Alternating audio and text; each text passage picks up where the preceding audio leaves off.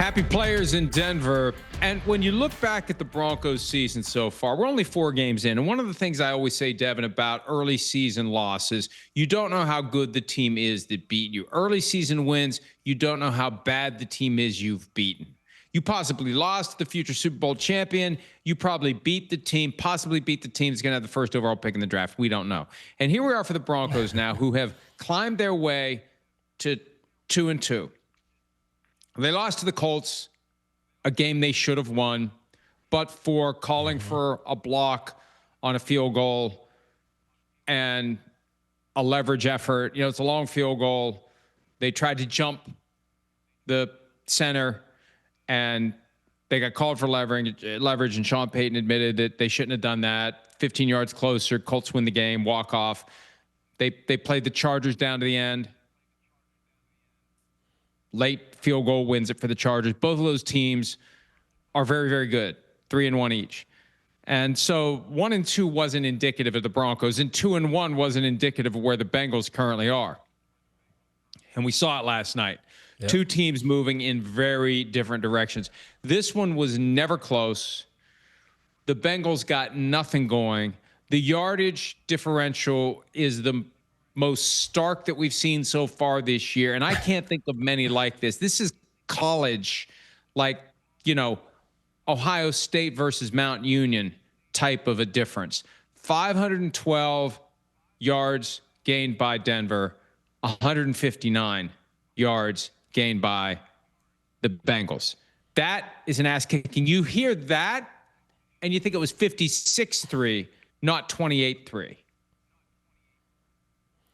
Yeah, I mean, right from the beginning, it was just, and I think coming into the game, people knew of like, all right, man, how does Cincy manufacture anything to get going in this season? And I know everyone talked about Jake Browning was a good backup coming in for Joe Burrow, but the truth of the matter is that team is meant for Joe Burrow, the quarterback. They've built that team in a way that I've been big on. I don't think the team is built in a way to go compete and win a Super Bowl, really. I think the team is created and built in a way that only Joe Burrow makes them good. Like, they need Joe Burrow out there to be competitive. And like, that's shown the last 2 weeks. Like, you need a guy that can handle not being able to run the ball to take advantage of a Denver defense. We saw this game last year when Cincy was fighting to try to get in the playoffs, and the game came down to Joe Burrow was too good throwing the ball to T. Higgins, Jamar Chase, especially T. Higgins, and the game he had. And you saw, like, early in the game, Denver came out and they had the same plan. It's just Cincinnati couldn't get the ball to T. Higgins or Jamar Chase in these one-on-one coverage opportunities, and Denver took advantage of it. They took advantage of the pass rush being able to get home, and I thought that affected Jake Browning to the point where now he didn't really have the ability to keep his eyes down the field and make some tougher throws in situations that, hey, you got two of the better receivers in the league. Give them a chance. You know, a couple balls out of bounds to T. Higgins, but Denver took advantage of that. And I thought Sean Payton came out, and it feels like early on for a young Bo Nix, when Bo Nix and this offense can operate the way Sean Payton has drawn it up coming into the game, being able to run the ball, being able to set up. I mean, they must have ran about 8 or 10 bootleg plays where Bo Nix is rolling out and he's just throwing the ball on the flat to a tight end, and that tight end's catching it and running, or he's rolling out, throwing a comeback outside. It's just they got to the comfort level. Then when you watch Bo Nix later in the game, he's in the pocket, he's firing in cuts 15 to 20 yards down the field. It's just there was nothing Cincinnati's defense could do to get close to stopping them. You know, Harvey had over 100 yards all purpose. J.K. Dobbins had 100 yards rushing. It was just like, hey, like you just said, this is a college game.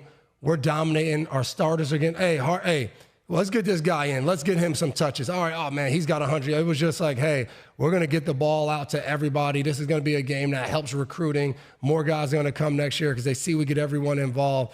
It was that kind of game, and we knew Cincinnati, it was going to be tough to stop anybody on defense, and that's exactly what it looked like last night.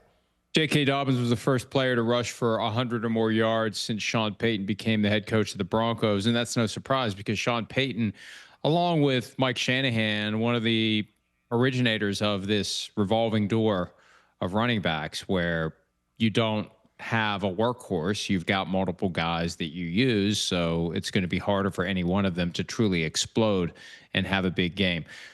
I have a very important question, though. I just thought of this. Every time you see a final score of 28-3, do you think of Super Bowl 51? Every time? Is it like imprinted on your brain? When I see 28-3, when I see 21-3 going into the half, I'm like, hey, there's a chance. There is always a chance. But the only thing is they don't have Tom Brady. But just anytime I see that score 28-3, and I was just at the game. I mean, you got a ring from it. You experienced the greatest comeback of all time, and at least as far as the Super Bowl is concerned. But I would envision and imagine anytime 28-3 is a final score of a game, there's some part of you that's like, yep, 28-3. And if it does that for you, imagine what it does for Matt Ryan.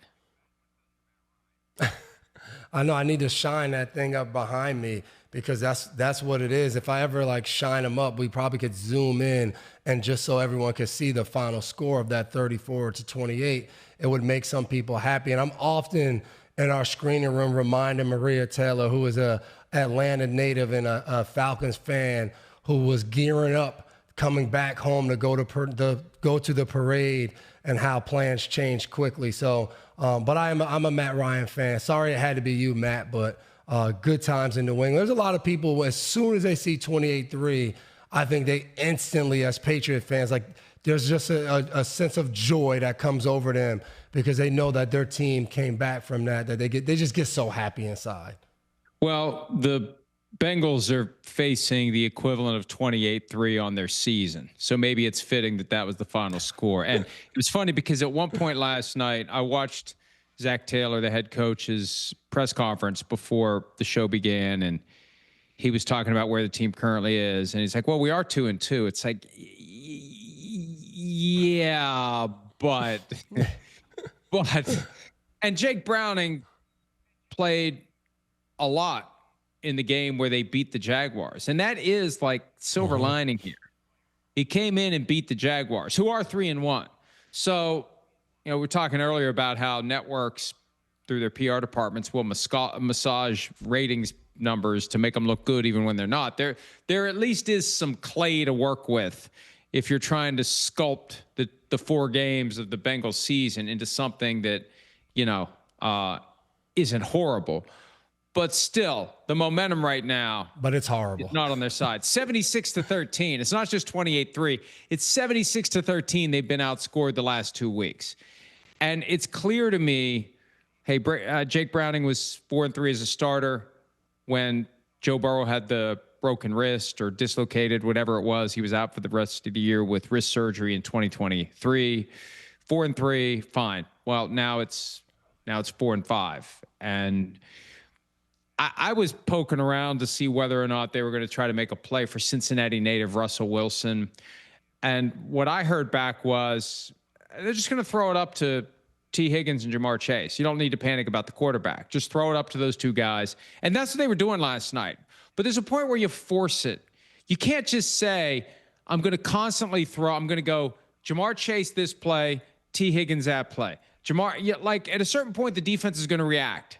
You got to mix it up. You got to be able to do other things. And it can't just be down the sideline, I'm going to throw it up and let my guy go get it. Because it still has to be close enough for the guy to go get it. It's not nearly as simple as just throw it up and trust your very expensive and very skilled receiver to go get it. It's still got to be reasonably close. And it can't be every single play. And early on, it felt like this is their plan. We were watching the game. It's like, I heard this is what they're going to do. And hell, here's what it's going to do. Let's see if it works. And that's the bottom line. It didn't. And that's the thing of like, I think people sometimes forget, like when Burrow got hurt, people are like, man, Burrow holds the ball too long. Like that's some of the issues with it. It's not just the offensive line. And I think people forget of like the greatness that comes along with like having these 2 receivers, knowing the coverage you're going to get, but you and those receivers being on the same page, that is they're running down the sideline. Am I throwing it over the top? Am I throwing a really good back shoulder pass? Like that's hard to do week in and week out. And I mean, somewhat of their game plan was like that with Burrow, depending on the coverage, because to me, Burrow was the best quarterback in the NFL when it comes to coming out, reading coverages, and then knowing how to attack them.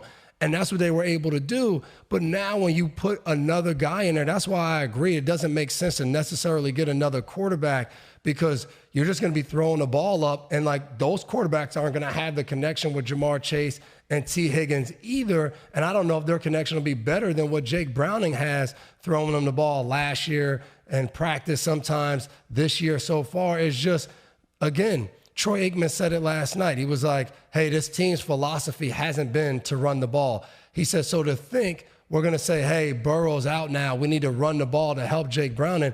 You don't wake up one day and say, hey, today we decide we're going to run the ball. It's a mentality, it's a philosophy that you have, that you're saying we're a running team. We're going to run the ball and we know what we're doing. We know how to block different looks that teams give us. We're going to stick to the run. Like, that's not who the Bengals are. So now to think that you're going to just implement that in and be able to do it, it's going to be a lot harder. And then when you look up for them, you got Detroit, Green Bay, and Pittsburgh the next 3 weeks. Like, those are tough games now. That how does Jake Browning figure out how to attack?